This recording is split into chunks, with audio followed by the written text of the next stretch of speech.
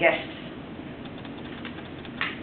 Why, might you ask, if I'm not afraid of public speaking, would I join the Swindon Speakers Club in September 2018? A month later, my father came to visit, and across the dining table, I was telling him how much I enjoyed going to the meetings. He was rather surprised and wondered why I would even entertain such a thing. I do presentations ranging from 60 seconds to an hour in order to improve my business. It's a marketing strategy. As these don't result in more bookings, I thought I must be doing something wrong. And in order to find out what, I needed feedback and be able to practice new skills.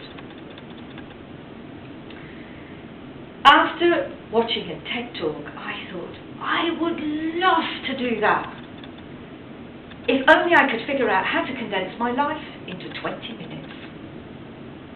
So essentially, I joined in order to get better at conveying my message. I knew it was a friendly group, and I would get feedback and the opportunity to practice as much as I wanted. Moreover, at £40 a year, it was well within my budget. What's the worst thing that could happen? I might just waste a few hours. At my first visit, I had a laugh, and I can't remember a meeting when I didn't. Now, humour and laughter is great medicine, so just for that reason the membership is well worth it. I found the topic session relatively easy. However, lying in bed, thinking about planning and writing my speech made my heart jump out of bed.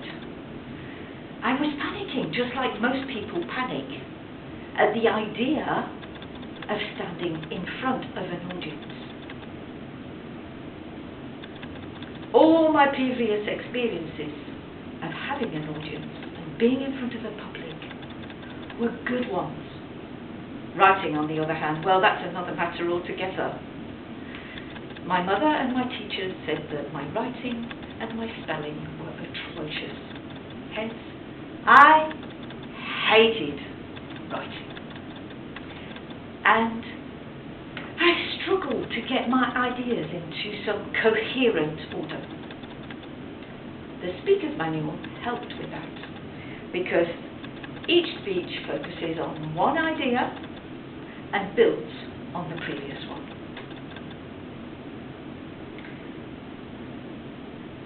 3 months went by, and it was competition time. I got excited. After working on my own for over 20 years, I'd forgotten how competitive I am. If I was good enough, I'd be able to enter the regional meeting, and then who knows, maybe the final of the national meeting. But up until that time, I hadn't even a clue that there was a national organisation behind every single group. A real challenge was plucking up my courage to chair the topic session.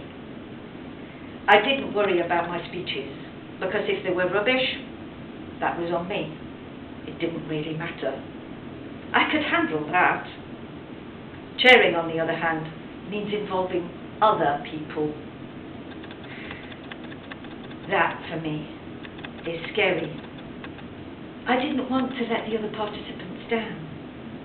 I've got a lot of baggage around that. And it's even more obvious to me why I chose to be self-employed. It took me over a year to get over my fear of chairing. On the day, I took a deep breath. I admitted it was my first time, and then I hoped. Well, I survived, and After doing it a second time, I can tell you I'm looking forward to finding other subjects that I can explore and have fun with. Having chaired topic sessions, it fell upon me to evaluate the next one. That proved relatively easy. There was nothing to prepare. I didn't have to worry about it. Feedback is part of my work, so it just seemed like second nature. I focused on helping participants get better rather than my own performance. Then came lockdown and we met over Zoom. I wanted to take my work online, and this practice gave me the confidence that with some adjustment I could be as effective virtually. Now the meetings have resumed face-to-face. To my surprise, I have done my first advanced level and chaired a topic session without any concern. Onwards and upwards, they say. In my case, it takes the form of chairing the whole meeting. I have to face my anxiety around time constraints, figures, and demonstrating that I can be a leader rather than appear like an ogre. This relates to boundaries, but that's for another presentation. Watch this space. Little did I realise that joining Swindon Speakers Club would reveal where my resistance and weaknesses really are and help me to get over them. Getting better at public speaking turned out to be about me taking ownership of my space on the stage. Feel that I have the right to be here, stand my ground, and speak my truth, rather than my childhood experience that whatever I have to say has no value. My father said a few times, "Be quiet, you might have started speaking late, but once you started, you never stopped." Little could either of us known that 2 years after our conversation about why I liked the Swindon Speakers Club so much, I would be at his funeral, confidently sharing the tribute I had written. I don't think I will ever be so grateful again that I joined such a supportive environment to help me grow in surprising ways and fulfill my expectations and more. Thank you to all the members of Swindon Speakers Club for taking me under your wing and letting me fly. How right my father was about my speaking. I have no intentions of stopping.